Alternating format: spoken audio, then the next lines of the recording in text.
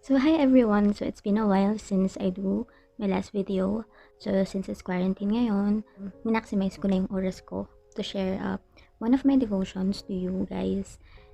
Excited to share it kasi sobrang relate, sobrang eksakto yung message niya sa crisis na kinakaharap natin ngayon. Sobrang mabilis lang to. As in, sobrang mabilis lang talaga niya. So, 6 points lang siya and it comes from the book of Ecclesiastes. It's in Ecclesiastes chapter 7. Let's start. Sabi sa verse 1, a good name is better than a fine perfume, and the day of the death is better than the day of the birth. With all the hoardings na nangyayari ngayon, one thing na na-realize ko, having a good name, having a good reputation, having a good life, not just a reputation but having a good name, good life, good reputation, mabuting pamumuhay. That's what matters most in this life. Kasi, alam mo yun, with all the hoardings na nangyayari ngayon, yung iba, grabe kung makapagbenta ng alcohol, ng masks, ng mga necessary na yung mga bilihin, nagtataas, mga food products.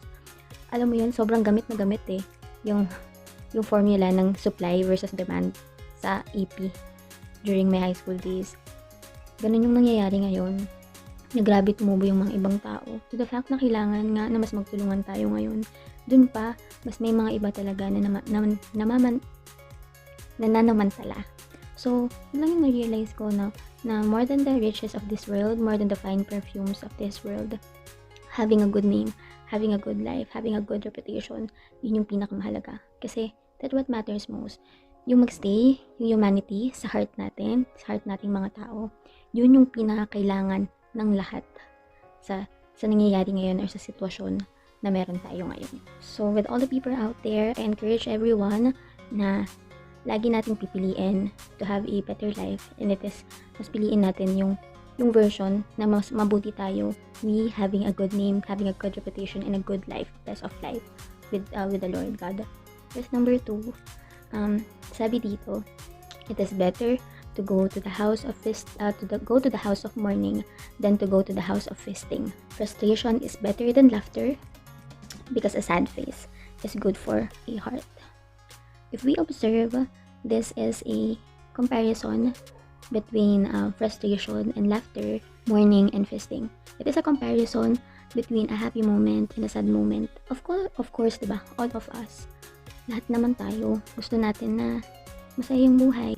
Every seconds, every day of our life, mas gusto natin yung happy lang. Pero, gaya ng sabi sa verse na ito, may mga bagay na minsan kailangan natin na maging seryoso din tayo. Hindi lahat parang feasting, hindi lahat palaging piyesta. May mga times sa buhay natin na mabigat, na seryoso. Pero, it doesn't mean na wala tayong matututunan. Kasi gaya nga sabi, diba, sad face is good for the heart. Meaning, sa sitwasyon na mas nahihirapan tayo, sa sitwasyon na hindi maganda, may matututunan tayo doon. And as of now, kailangan din nating seryosohin yung mga bagay na yun. And ngayon, di ba, sa sitwasyon natin ngayon, kailangan talaga nating mas maging seryoso. We need to take seriously the pandemic crisis that we have, the COVID-19. For now, magseryoso tayo, stay muna tayo sa bahay. I know it is hard. Sobrang nakaka-boring, nauubusan ka na ng gagawin, namimiss mo na yung kalsada, di ba? Parang namimiss mo ng masinaga ng araw. Pero, sa ngayon, magseryoso muna tayo. Kung naboboring ka, maghanap ka ng madaming pwede pang magawa. After nito, after ng crisis na to, we can do some gipsal, Starbucks, milk tea, di ba? Pero sa ngayon, ang gusto lang muna ng Lord at ng government is para sa atin, magseryoso tayo. Sundin natin sila. Stay at home. I really do pray for those people na necessary pa rin na pumasok, sa mga frontliners natin, sa mga volunteers, sa mga tao, and mga workers na kailangan pa rin talagang pumasok kasi pag hindi, no work, no pay sila and wala silang ipapakain sa family nila. I do pray that may God cover you, may God protect you and shield you all throughout, all the day, in Jesus' name. Okay, next, it's in verse 11 to 12. Wisdom is even better when you have money. Both are benefit as you go through life. Money can get you almost anything, but only wisdom can save your life. I can really relate on this part. Hindi naman ako mayaman, but I can include myself as one of those people na kayang mag-work from home. Meron pa rin naman kaming enough na stock dito sa bahay. Hindi ko kailangan na i-risk yung sarili ko sa labas para lang, alam mo yun, para lang may makain kami sa araw-araw. And without boasting, I'm really thankful, I'm really grateful to God sa ganitong sitwasyon ng life ko. I am one of the few people na nasa average na kind ng family. But then, I realized, God made me realize na, oo nga no, Lord, I have enough stock of food. Pwede akong isalba ng pagkain na ito sa buong buwan ng quarantine. But then again, it is not enough. Yung salvation, yung totoong pagkaligtas, yung totoong buhay, yun yung pinakamahalaga. And money can save us, but the godly wisdom, it can save us. It is God who can save us.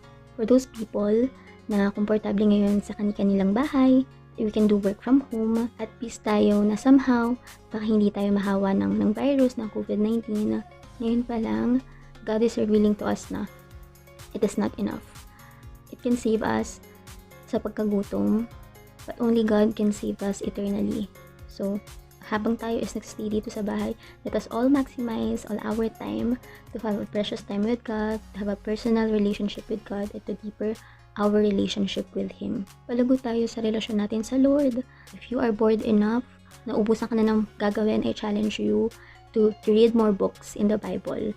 Diba, marami tayong pwedeng basahin from Old Testament up to New Testament. Pwede tayong magbasa, pwede tayong makatapos ng napakaraming books sa Bible. Diba, it is a win-win situation between God and between us. Yeah, always remember as what the verse 11 and 12 says, the riches of this world, the money can save us in this world, but eternally, it is only God, godly wisdom, it is only God who can save us. 4 point, verse 13 and 14, sabi sa verse 13, who can straighten what He has made crooked? Verse 14, when times are good, be happy. But when times are bad, consider this, God has made the one as well as the other. Therefore, no one can discover anything about their future to accept the will of God. There are things on this world that we have no choice. Nandito na eh. Wala na tayong magagawa kasi nandito na siya. So, let's just accept it. Let's just face the fact na meron tayong kinakaharap na sitwasyon ngayon.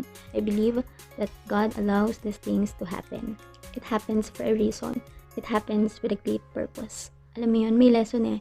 He maybe wants us to appreciate something or someone. Maybe He wants us to give importance to our life. The second chance na ibibigay niya after ng crisis na ito is mas mapapahalagahan natin yung buhay natin. And when we say you only live once, naging motto na natin yung hashtag YOLO. You only live once, so make it right and do it right. Diba, hindi pwede yung palagi lang na magsasaya dahil hindi lahat ng masaya is makakabuti and maganda. So when we say you only live once, the second chance na ibibigay ng ating Panginoon, make it right. We don't know anything about the future, kung anong pwede mangyari sa atin after nito.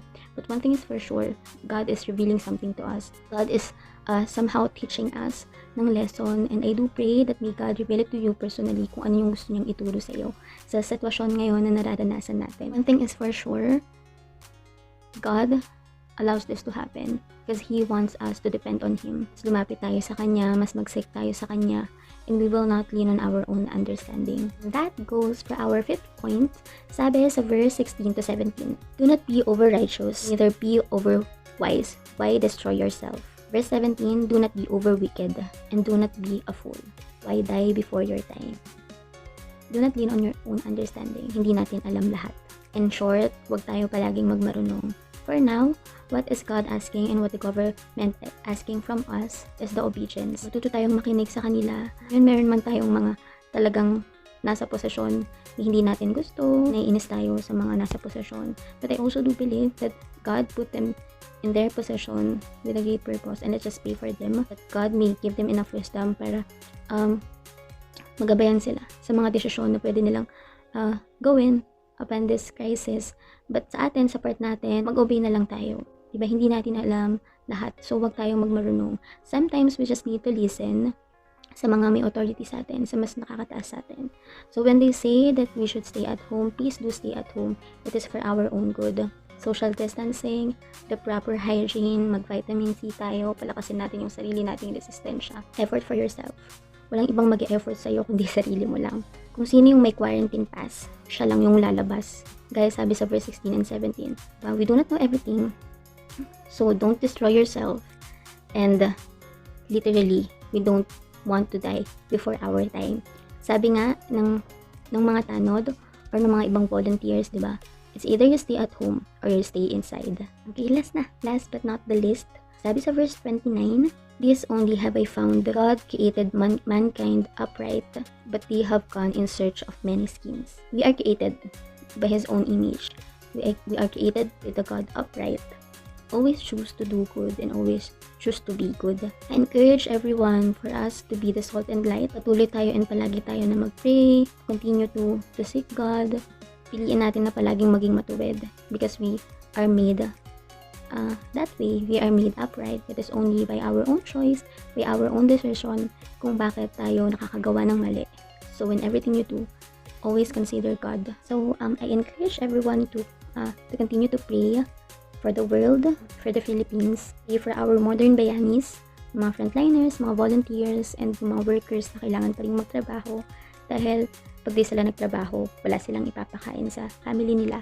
Also, encourage everyone to pray for our family, for the salvation of our family. And I also do pray in this kind of situations, lalo tayong mapalapit sa Lord. Invest time with God, have a personal relationship with Him. So, thank you so much everyone and God bless.